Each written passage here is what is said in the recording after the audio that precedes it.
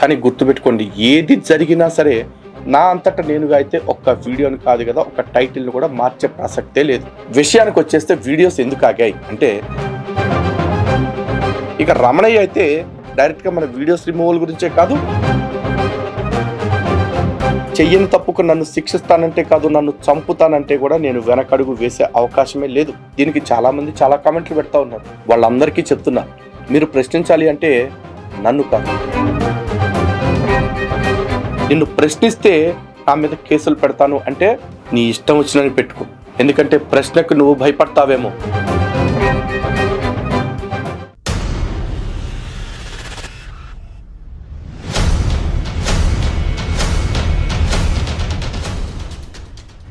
హిందూ బంధువులందరికీ జై శ్రీరామ్. గత కొద్ది రోజులుగా సాయిబాబాకి సంబంధించిన వీడియోస్ మన ఛానల్లో రావట్ల, అలాగే గూడూరు వెంకటరమణయ్యకి సంబంధించిన వీడియోస్ కూడా మన ఛానల్లో రావట్ల. దీని మీద చాలామంది కమెంట్స్లో అడుగుతూ ఉన్నారు. కొంతమంది అయితే కొంచెం డిఫరెంట్గా స్పందిస్తూ ఉన్నారు. ఏంటన్నా వాళ్ళ మీద వీడియోలు పెట్టట్లేదు, ఏమన్నా బ్యాక్ ఎండ్లో జరిగిందా అని చెప్పేసి. మాకు ఏది బ్యాక్ ఎండ్లో చేసుకోవాల్సిన కర్మ లేదు. ఏదున్నా కూడా ఫోర్ ఫ్రంట్లో నిలబడి మీ అందరికీ చెప్పి బాజాప్తా చేస్తాం. ఒకవేళ అలాంటి కామెంట్లు పెడుతున్న వాళ్ళు అన్యమతస్థులో లేకపోతే మన శత్రువులో అయితే గనక నాకు ఏక కూడా లెక్కలేదు. ఒకవేళ అలాంటి కామెంట్లు పెట్టేవాళ్ళు మన రెగ్యులర్ ఫాలోయర్స్, మన సనాతన ధర్మం గురించి ఆలోచించే వాళ్ళు అయితే గనక గుర్తుపెట్టుకోండి, మా నిజాయితీని శంకించే ముందు మా 10 ఏళ్ల పోరాటాన్ని దృష్టిలో పెట్టుకుని మాట్లాడండి. ఇక విషయానికి వచ్చేస్తే వీడియోస్ ఎందుకు ఆగాయి అంటే, ఒకటి, నాకు థ్రోట్ ఇన్ఫెక్షన్ వల్ల దాదాపు ఒక 20 డేస్ నుంచి కొంచెం ఇబ్బంది పడుతుంది. ఎందుకంటే రెగ్యులర్గా మాట్లాడటం, ఫోన్లు మాట్లాడటం, వీడియోస్ చేయటం, లేకపోతే సభలు సమావేశాలు అని చెప్పేసి బయటికి వెళ్ళటం, ఈ వాటర్ చేంజ్ కావచ్చు, వెదర్ చేంజ్ కావచ్చు, రకరకాల కారణాలు. అయినప్పటికీ ధర్మానికి సంబంధించి ఖచ్చితంగా స్పందించాల్సిన ఇష్యూస్ వచ్చినప్పుడు గొంతు బాగోకపోయినా సరే నేను స్పందిస్తూ ఉన్నా. కానీ ఈలోపు చాలా జరిగాయి. అందులో పర్టికులర్గా ఈ గూడూరు వెంకటరమణయ్యకి సంబంధించిన విషయాలు కొన్ని చెప్పాలి. మొదటగా ఈ రమణయ్య నా పైన 4 కేసులు పెట్టడం జరిగింది. 1 కాదు, 2 కాదు, 4 కేసులు. ఎక్కడ? భువనగిరి పోలీస్ స్టేషన్లో. ఆ భువనగిరి పోలీస్ స్టేషన్లో పెట్టిన కేసులే, అంటే ఇచ్చిన కాగితాలు నిజాలు వెరిఫై చేయకుండా ముందు ఎఫ్ఐఆర్లు కట్టేశారు. ఎవరు? అక్కడ లోకల్ ఇన్స్పెక్టర్ గారు, లేకపోతే వాళ్ళ పై అధికారులు. అది ఎందుకు జరిగి ఉండొచ్చు అనే దానికి కూడా ఇందులో నేను ఆధారాలు ఇస్తాను. ఇది చాలదు అన్నట్లు నా పైన తెలంగాణ హైకోర్టుకు వెళ్ళి నా వీడియోస్ ఏవైతే రమణయ్య మీద పెట్టిన వీడియోస్ ఉన్నాయో వాటిల్ని, రమణయ్య మీద పెట్టని వీడియోస్ ఏవైతే ఉన్నాయో, అంటే నేను యథాలాపంగా పెట్టినవి, లేకపోతే అన్యాపదేశంగా అంటే విషయాల గురించి ప్రజలకు అవగాహన కల్పించడం కోసం చేసిన వీడియోస్, అవన్నీ కూడా తనకే అని ఆపాదించుకుంటూ ఊహించుకుంటూ వాటిల్ని కూడా తొలగించాలి అని చెప్పేసి హైకోర్టుకు వెళ్ళటం జరిగింది. అంతేకాదు గౌరవ తెలంగాణ రాష్ట్ర హైకోర్టు వారు కూడా అట్లాంటి వీడియోస్లో ఏవైనా అభ్యంతరకర కంటెంట్ ఉంటే వాటిని తొలగించాలి అని యూట్యూబ్కి డైరెక్షన్ కూడా ఇవ్వడం జరిగింది. ఇక రమణయ్య అయితే డైరెక్ట్గా మన వీడియోస్ రిమూవల్ గురించే కాదు, ఏకంగా మన ఛానల్ని రిమూవల్ చేసేయాలి అని చెప్పేసి పిటిషన్ వేయటం జరిగింది. అంతేకాదు ఏదైతే తెలంగాణ హైకోర్టు వారు ఇంటరిమ్ ఆర్డర్స్ ఇచ్చారో, మధ్యంతర ఉత్తర్వులు, ఆ ఉత్తర్వులని పర్మనెంట్ ఉత్తర్వుల్లాగా ప్రచారం చేస్తూ రమణయ్య తన ఛానల్లో కావచ్చు, తను ఏ కంటెంట్ చెప్పినా సరే అది నిజాలు వెరిఫై చేసుకోకుండా ప్రచారం చేసే వేరే ఛానల్స్లో కావచ్చు, ఇది ఒక దీర్ఘకాలిక లేదా శాశ్వతమైన పర్పెచువల్ ఆర్డర్స్ లాగా ప్రచారం చేస్తూ ఈ వీడియోలన్నీ తొలగించాలని మాకే డైరెక్షన్ ఇచ్చినట్టుగా ప్రచారం చేసుకుంటూ ఉన్నాడు. సో ఇక్కడ ఫస్ట్ ఆఫ్ ఆల్ అందరికీ క్లారిటీ కావాల్సింది ఏంటి, ఇంక్లూడింగ్ రమణయ్య వెతుక్కో, మళ్ళీ వెతుక్కో. నా ఛానల్లో నీ పేరుతో చేసిన వీడియోస్ ఏవైనా ఉంటే ఒక్క దాంట్లో అయినా సరే అభ్యంతరకర కంటెంట్ ఉందా, నిన్ను అనకూడని మాటలు, అనరాని మాటలు నేనేమైనా అన్నట్లుగా ఒక్క దానిలో అయినా ఉందా నిరూపించుకోద్దామంటే. అలా కాకుండా నేనేదో ర్యాండమ్గా వీడియోస్ చేసుకుంటూ మా వాళ్ళని అవగాహన కల్పించుకోవాలన్న ఉద్దేశంతో నేను ఏదన్నా మాట్లాడితే ఇదిగో ఇది నా గురించే అని నువ్వు గుండెలు బాధేసుకుంటే నాకు సంబంధం లేదు. అండ్ అలాగే రమణయ్య అని పేరు పెట్టి పిలిస్తే కొంతమందికి సర కాలిపోతా ఉంది. మా గురువు గారిని రమణయ్య అని పిలుస్తావా అంటున్నారు. నీకు గురువేమో, నా గురువు కాదు. నీకు రమణానందేమో, కానీ నాకు రమణయ్యే. ఎందుకంటే అతని సర్టిఫికెట్స్లో, అతని డాక్యుమెంట్స్లో రమణయ్య అనే పేరే ఉంది. అంతెందుకు యూట్యూబ్ నుంచి అతను స్ట్రైక్లు వేస్తా ఉన్నాడు ఈ మధ్య కొత్తగా, సమాధానం చెప్పలేక. అందులో కూడా గూడూరు వెంకటరమణయ్య అనే ఉంది, కావాలంటే చూడండి. చూస్తున్నారు కదా, ఒక లింక్ క్లిక్ చేస్తే it was removed following a copyright removal request by Venkataramanayya Guduru. Matter అది. వెంకటరమణయ్య గూడూరు అనే పేరు మీద కాపీరైట్ స్ట్రైక్లు వేస్తాడు. వెంకటరమణయ్య గూడూరు అనే పేరు మీదే తన ట్రస్ట్ రిజిస్ట్రేషన్లో పెట్టుకుంటాడు.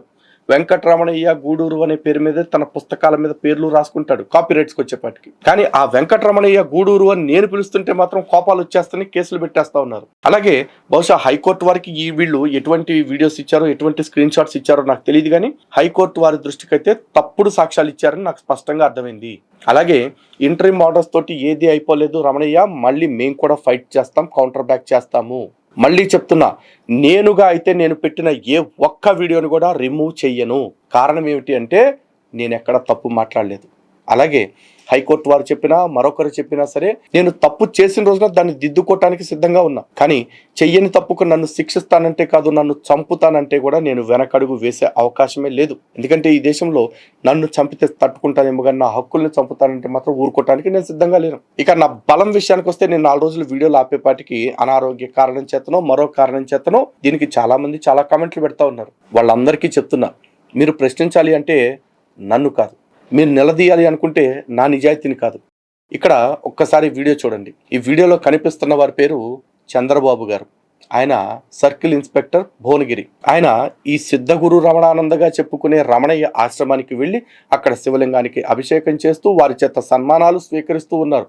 మరి ఇంత బలమైన వ్యవస్థ రమణయ్య దగ్గర ఉంది అంటే నా మీద 1 కాదు 2 కాదు 3 కాదు ఏకంగా 4 ఎఫ్ఐఆర్లు చేసిన సర్కిల్ ఇన్స్పెక్టర్ గారు రమణయ్య దగ్గరికి వెళ్ళి ఆశీర్వాదం తీసుకుంటారు. ఇక ఆ తర్వాత ఇక్కడ కనిపిస్తున్నారు కదా ఈ వ్యక్తి రవీంద్ర గారు. ఈయన Bhuvanagiri deputy superintendent of police DSP గారు. ఈయన కూడా రమణయ్య గారి దగ్గరికి కుటుంబ సమేతంగా వెళతారు, అభిషేకాలు చేస్తారు, ఆశీర్వాదాలు తీసుకుంటారు, అన్నీ చేస్తారు. ఇక నా మీద భువనగిరి పోలీస్ స్టేషన్లో 4 ఎఫ్ఐఆర్లు అవటంలో వింతే ఉంది, మీరు ఆలోచించండి. ఎందుకంటే రమణయ్య దగ్గర అవసరమైతే హైకోర్టుకి ఇంకా పైకోర్టుకి కూడా లాయర్లను పంపుకునేంత డబ్బు ఉంది. ఎందుకంటే 280 ఎకరాల ఆశ్రమం ఉంది, ఎన్ని కిలోల బరువో చెప్పుకోలేనంత బంగారు శివలింగం ఉంది, ఇంకా 6 బంగారు విగ్రహాల కోసం చేసిన నిధి సేకరణ తాలూకు డబ్బు ఉంది. ఇక తనకి రకరకాలుగా వస్తున్న ఆదాయ మార్గాలు ఏంటో మనలాంటి వాళ్ళ దృష్టికి రాని రకరకాల ఆదాయ మార్గాలు ఏమున్నాయో మనకు తెలియదు. ఇంత ఆదాయం ఉన్న రమణయ్య ఇంత పెద్ద అధికారులను కూడా దగ్గరికి రప్పించుకుని వాళ్ళ చేత దండాలు పెట్టించుకుని వాళ్ళ మెళ్ళలో దండలు వేసి పంపించేంత పలుకుబడి ఉన్న రమణయ్య నాలాంటి వాడిని ఇబ్బంది పెట్టడం కష్టమా? బట్ స్టిల్ నేను ఫైట్ చేయడానికి సిద్ధంగా ఉన్నా. ఎందుకంటే నేను అధికారాన్ని నమ్ముకుని కాదు, ధర్మాన్ని నమ్ముకుని ఉన్నాను కాబట్టి. అంతేనా? రమణయ్యకి ఎంత క్యాలిబర్ ఉంది, ఎంత కెపాసిటీ ఉంది అంటే ఒక్కసారి ఈ విజువల్స్ చూడండి. వీళ్ళంతా ఎవరో తెలుసా? విశ్వ హిందూ పరిషత్కి సంబంధించిన జాతీయ నాయకులు మరియు రాష్ట్ర స్థాయి నాయకులు. ఎవరు వీళ్ళు?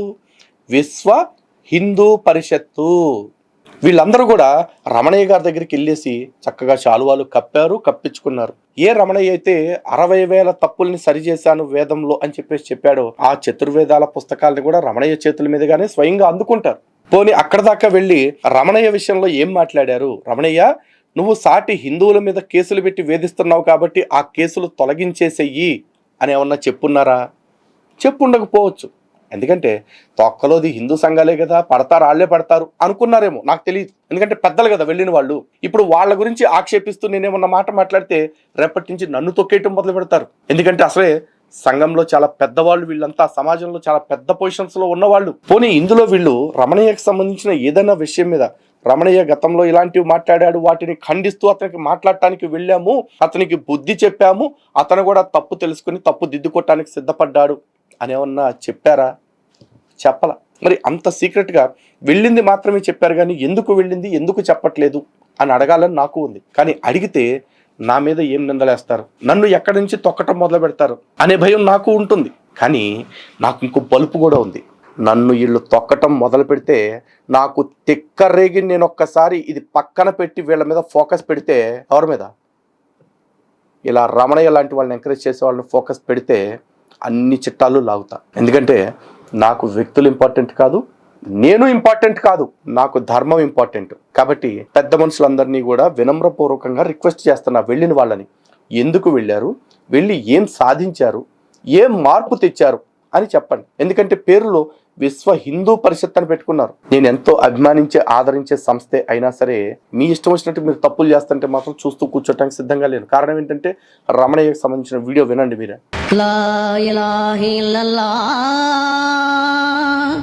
ముహమ్మద్ ఇది రమణయ్య చెప్తున్న స్టేట్మెంట్. రమణయ్య చెప్పిన స్టేట్మెంట్ కి రమణయ్యకి అర్థం తెలుసో లేదో నాకు తెలియదు, కానీ మీకు తెలిసే ఉండొచ్చు. లా ఇలాహ ఇల్లల్లాహ్ అంటే అల్లా తప్ప మరెవ్వరూ దైవానికి సమానం కాదు, మరెవ్వరు దేవుళ్ళు కాదు అని చెప్పేస్తున్నారు. మరి ఈ కల్మాని ప్రకటించటము అంటే ఇస్లాంని స్వీకరించటమే. మరి రమణయ్య చెప్తున్న ఈ కల్మాని మీరు ఆమోదిస్తున్నారా? ఇప్పుడు నేను ప్రశ్నించాను కాబట్టి నా చుట్టూ 4 కేసులు పడ్డాయి. మీరు కేసులు పెట్టించుకోలేదు సరికదా, ఇప్పుడు రమణయ్యని ఎండార్స్ చేశారు. ధర్మం కోసం పోరాటం చేస్తున్న ఏ రోజైనా సరే నా దగ్గరికి ఎప్పుడైనా వచ్చారా? మీరు నాలాంటి వాళ్ళ దగ్గరికి ఎప్పుడైనా వెళ్ళారా? మీరు ఇప్పుడు రమణయ్య దగ్గరికి వెళ్ళటం వెనకాల ఉద్దేశం ఏంటి అంటే, రమణయ్య దగ్గర 280 ఎకరాల ఆశ్రమం ఉంది కాబట్టి, ఒక 200-300 కేజీల బంగారం ఉంది కాబట్టి వెళ్ళారనుకోవాలా? ఇప్పుడు హిందువులు ఆలోచించండి, ఇంత పెద్ద అధికార గణం వాళ్ళ దగ్గరికి వెళ్తుంది. చివరికి హిందుత్వ నాయకులుగా చెప్పుకునే పరిషత్ పెద్దలు కూడా అక్కడికే వెళుతున్నారు. మరి ఇప్పుడు నేను ఎవరి మీద పోరాటం చేయాలి? ఎవరి తరఫున పోరాటం చేయాలి? ఎవరి కోసం పోరాటం చేయాలి? అలాగే రమణయ్య ఈ ఆర్డర్ కాపీ వచ్చిన తర్వాత ఇంటరిమ్ ఆర్డర్ కాపీని పర్మనెంట్ ఆర్డర్గా చెప్పుకుంటూనే నా మీద చాలా మందితో వీడియోలు చెప్పిస్తున్నాడు. మతోన్మాదులకి చెంపదెబ్బ, మతోన్మాదానికి ఏదో అది ఇది అంటూ పోస్టులు పెట్టాడు. అంటే నేను రమణయ్య క్యారెక్టర్ని ఎక్కడ అసాసినేట్ చేయకపోయినా సరే రమణయ్య నా మీద కేసులు పెడతాడు.